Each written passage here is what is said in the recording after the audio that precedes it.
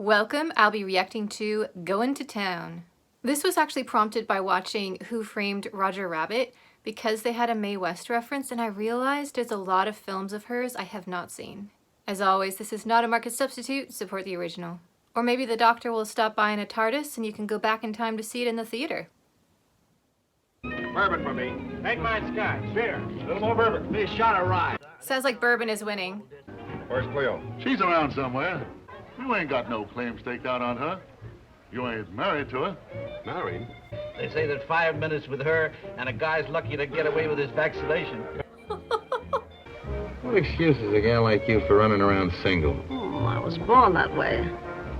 Oh, I love her so much. He's a wicked man. It almost looks like she has little mini ears on with that bow. Fire in a pal or a gal that could ever hold you. Hello, Cleo. I sense a brawl coming on. Hey, wait a minute. Beat it, Hugh. Beat it where? Always clowning, huh? If there was music, I'd say there was dancing. Oh! You know, I always took what I wanted. I want to marry you. I don't think she's the marrying type. That'll be a new kind of racket for me. Tell you what I'll do. I'll roll you whether I do or I don't. That's an interesting way to decide. Let's say. And if you lose, you marry me. Yes, and I get everything you've got. Right. Will you put it in writing? Oh, she's good. Wow! This is my lucky day. Well, you took me. What's the matter? Well, it's going to take me 2 weeks to get my trousseau. Your what? My trousseau. Wedding clothes to you. You know, I'm a girl that likes nice things. One of the interesting things about these older films is they didn't even try to be historically accurate, so I have no idea what era this is supposed to be set in. It could be the Victorian era, it could be currently the 1930s, it could be the 20s, who knows? Who knows what they were going for? But someday I'm going to get you and get you right.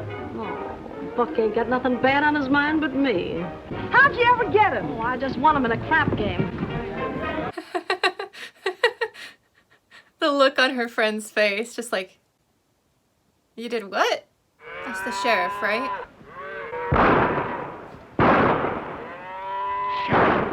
Open the gate and stampede these stairs. I haven't seen this much ruckus over cattle since Shindig in Firefly. What a beautiful car. They don't make them like that anymore. Ooh, nice hat box. This says that in consideration of your consenting to marry him, Buck signs over all his property to you. Yeah, but he gets shot first. You kept your part of the bargain. You did consent, didn't you? I certainly did. Well, then I think this is a matter for the law to decide. You've acted in good faith, and you've done your best to fulfill your bargain. Judge, wherever there's a man concerned, I always do my best. That hat. Oh, I love it. All right, I suppose I'll have to stay and look after the cattle and the men for you. Just the cattle. I'll take care of the men.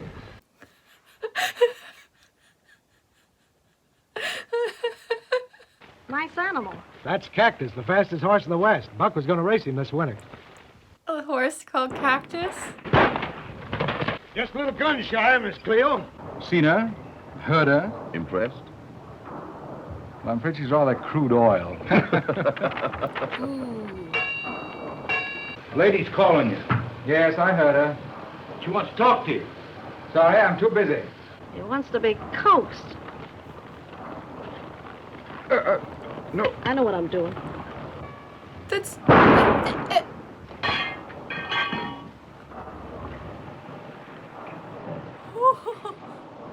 I think I would redo some of that decor. It's an awful lot of heads. But I think that's wine back there, so I approve of that. Yeah, there's a guy dropping in here that ain't got anything else on his mind. Oh, Carrington. He's coming to make a report. After he leaves, I might be able to give you one. He's a man, ain't he? Oh, yes. Well, that's all I gotta know. Well, what I mean to say is he's the type of person who would only be deeply interested in someone in his own social stratum. Well, background that you haven't had the opportunity of acquiring. That's a very nice way of saying it. But I'm afraid you're going to lose. Say, I'll make him forget he ever saw a stratum. Cigarette? No, thanks. Drink? No, thank you. What, no vices? These circles mark the location of the wells drilled to date. Why don't you release those brakes? Brakes? I don't know what you mean. You're one of those guys with principles, eh? Kind of different, ain't you?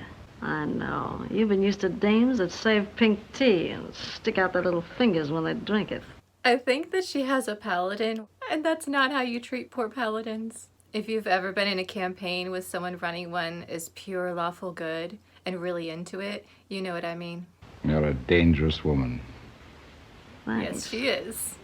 You look good to me, too.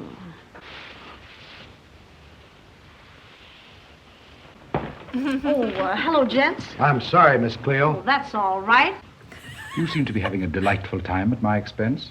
Gone away? Well, why didn't you tell me? Where's he gone? His company is sending him to Buenos Aires. Buenos Aires? I mean, I'm going to take a shot at this lady business, and you got to help me. I'll do everything I can. A surprise? Do you consider yourself a good judge of horse flesh? I don't know. I never ate any. Oh my goodness. How is she gonna pass herself off as a lady? She's the sassiest character I've ever seen. Please. Look at that outfit. Oh, this outfit. The cool thing about black and white is that the shiny fabric still shows up, even though you don't know what color it is. I'm guessing red. And she's had a lot of that so far in her outfits. The texturing is beautiful. And then, of course, the feathers. If she walked into the room, you would just look at her. At the bottom of the skirt there, it was lighter colors seeping up. So I'm guessing it was a completely different color, maybe gold. That dress would look amazing with those gold into red.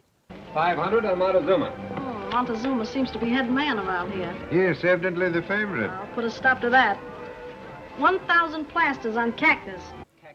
I don't think Cactus is going to win. Say, ain't that the dame in the magazine? Yes. Stop pointing! Mrs. Crane, We talked about this. Who's the bullfighter she's got in tow? She's not a bullfighter. She's also a Russian. Looks like quite a gent. Gentleman. That's all right. I was just abbreviating. $5 grand on Cactus, right on the nostril. My dear young lady, aren't you a trifle over-optimistic? She's going to run out of about that money. horse? No, honey, I'm just being conservative. It's a pleasure to be of service to La Blonde Américaine.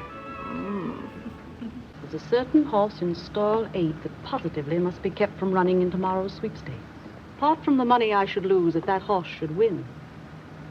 His owner needs a lesson in keeping her place that she won't forget. It's one thing to be jealous. It's another thing to harm a horse. She needs to be taken down. Mae West needs to destroy her. Cactus is afraid of loud noises, so maybe he'll just lash out.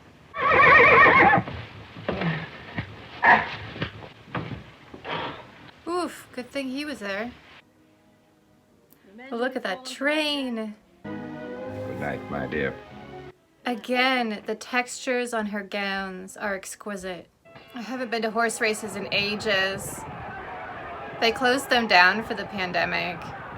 I'm sorry I didn't get your name. Well, it's not your fault. You tried hard enough. Where have I seen your lovely face before? Listen, I'm not taking any chances around here after what happened last night. There's an extra bonus for you if you beat Cactus. I don't care how you do it, anything goes. Really? Wow. Do them honor. Si, senor. There is so much intrigue going on right now, and it's just a horse race. Fancy meeting you in Buenos Aires. The astonishment is mutual.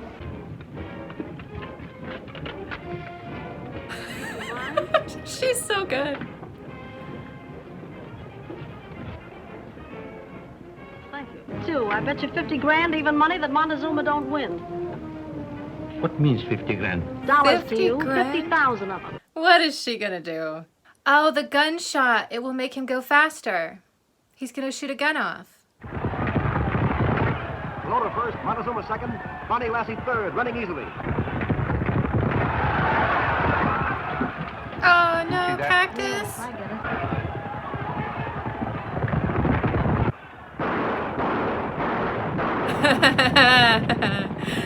There goes Cactus. Oh, this is close. Come on.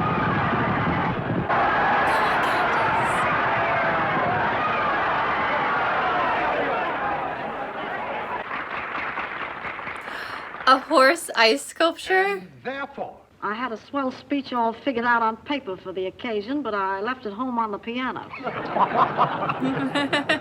I certainly appreciate you throwing this party for me. Look at those sequins.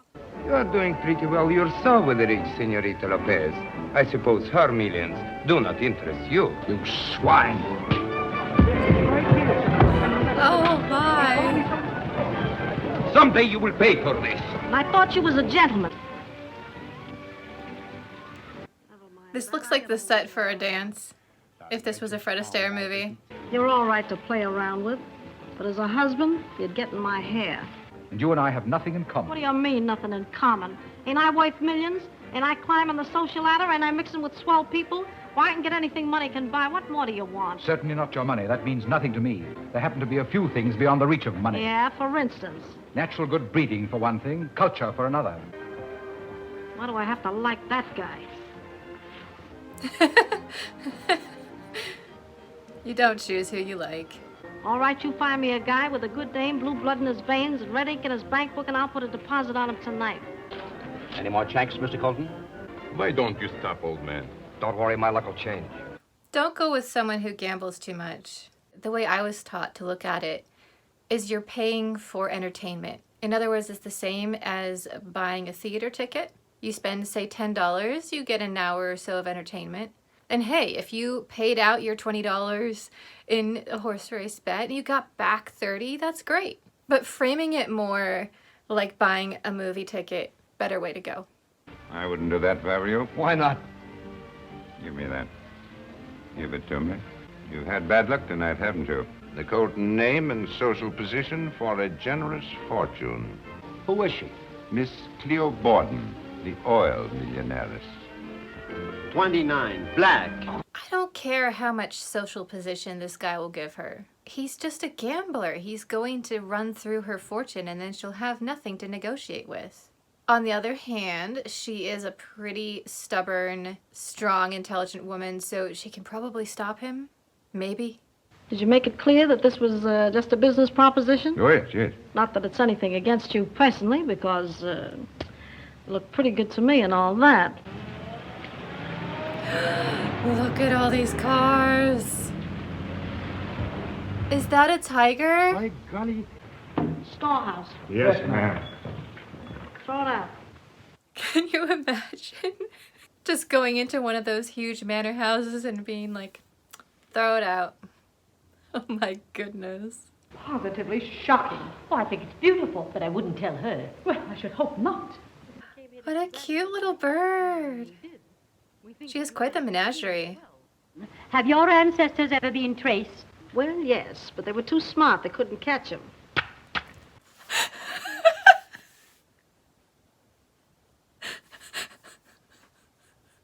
Because I realize you're an ambitious young woman, I can see exactly why you married my nephew. And a monkey? I know what you have in mind. Oh, I'll drive you out of Southampton. My dear, what are you up to now? Something I've been planning for a long time. I think the other ladies enjoy her company, so she doesn't have as difficult a battle as she thinks she does. I'm going to throw him an opera. Yeah, and you got to make arrangements right away to get me a tenor to play Samson. Do you mean to tell me that you're going to... You're going to be Delilah? Delilah? Say, listen, I'll attempt anything once. Since it's known that Vlado formally courted her, and with the evidence we hope to get, we'll have sufficient to demand a divorce for Colton. You don't need to worry about Ivan Vladoff going through with it. I happen to know what sort of rodent he is. Where did you come from? England? You mean this title stuff is on the level? It's genuine? Of course. About this IOU. You promised to settle up with me 2 weeks ago. I must have the money tonight. Tonight? I'll admit I was a little uncouth, but you did like me. You know I did. Get in there while the entertainment... They're in the wrong place. Remember you once told me to release my brakes? Yeah, but why did you wait so long? Well, I'm not going to wait any longer. I'm sorry, madame.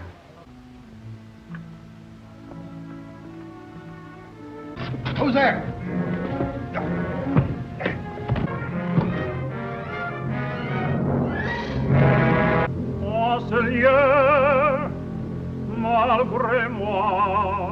I haven't seen this opera in years.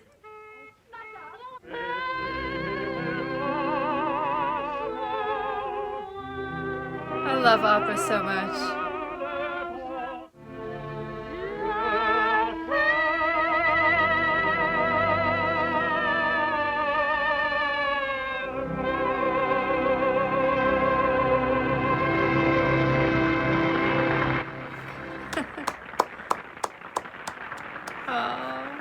No, don't go, because then they're going to frame her. They'll think she shot him. She needs to keep out of this and make sure she has an alibi. Ivan. Oh, I love this music. I think this is my favorite part of the opera. Oh, so that's where you're hiding. What do you mean? I don't understand. Come here and I'll show you.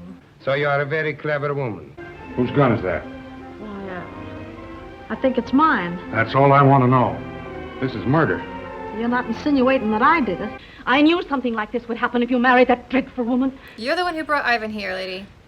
It's your fault. Here's the man you want. I needed money. She paid me to do that.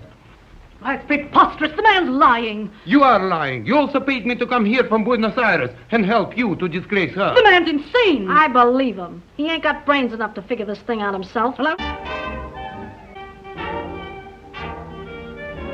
Oh, she did it. Don't have to dance anymore. Oh, what a great song. There's the guys in the army of my forgotten man. Oh, she looks amazing. Without any conscience.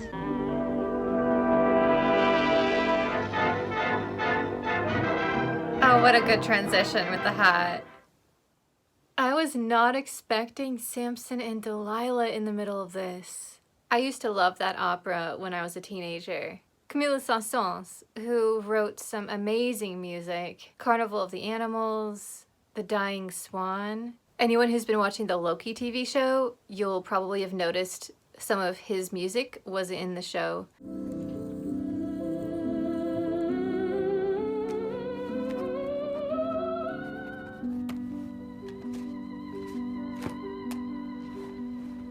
Mobius? Along with Tchaikovsky. Really interesting choice of soundtrack sometimes with Loki. Back to this movie though. Mae West is a treasure. All her lines are just zingers. I just love her so much. I can't think of any current actors who are like her. She's one of the few people where you think of her instantly as one of the most beautiful women ever, and also one of the wittiest. She has an answer for everything. One of the things I enjoy about the 1930s films is that they didn't have the lockdown of censorship yet, so they could get away with a lot. Whereas once you hit the 1940s, it's a lot more closed door.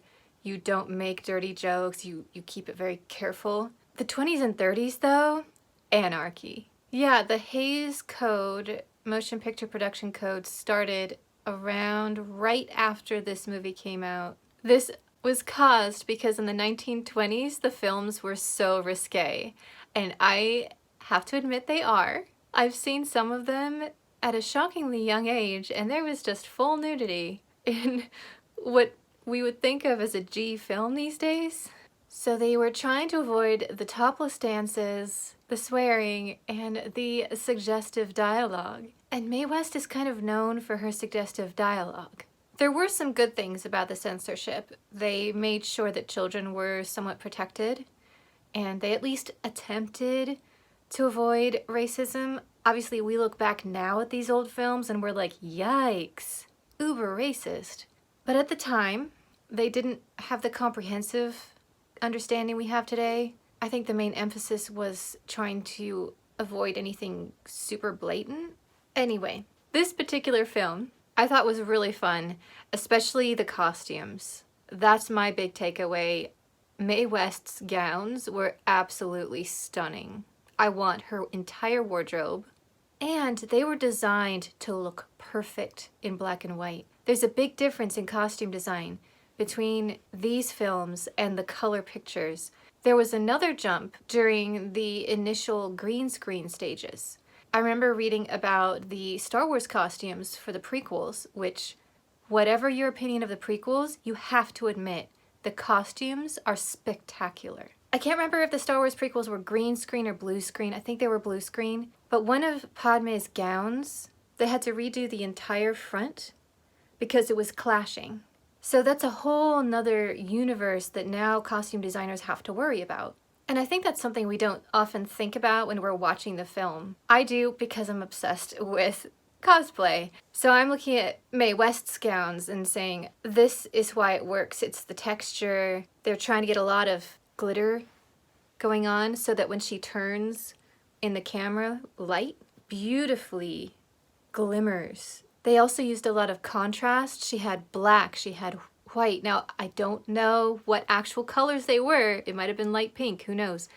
But on camera, that's what came across. And having that bold contrast, so well done. Especially her gown at the end with the black hat, the black gloves, which could have been navy colored, I don't know. When they hit color films, at first they went over the top. They were so excited about showing color that we got all jewel tones. If you look at the early MGM pictures, so vibrant. Like, you need sunglasses sometimes. Singing in the Rain, I'm looking at you. After a while, things settled down. We're like, Technicolor is here to stay. It's fine. We can relax now. Then we saw a shift into very muted colors later. Today, I would say the color design has become part of the personality of the film itself, and they often use it to help you figure out groups of people who belong together. They do that in theater productions a lot, especially with Shakespeare, the history plays. It can get really confusing keeping track of who is who. So they'll put, say, the Lancastrians in red and the Yorkists in white or something like that so that you can keep track of it. And I've seen that done in modern filmmaking as well. Sometimes they even use color to keep track of characters, such as Hamilton. Eliza is always wearing blue, so you always know who she is. And you're probably thinking, she's gone on and on about the costumes. Why? That's the main reason I watch older films. I think they're beautifully done. And even if the plot is kind of visually, they're a feast. I mean, look at those rooms she was walking through. Opulent majesty. If you have any favorite 1930s films, feel free to put them in the comments below. I'm always looking for ones I haven't seen because I have honestly watched so many of them. And I would love to find more.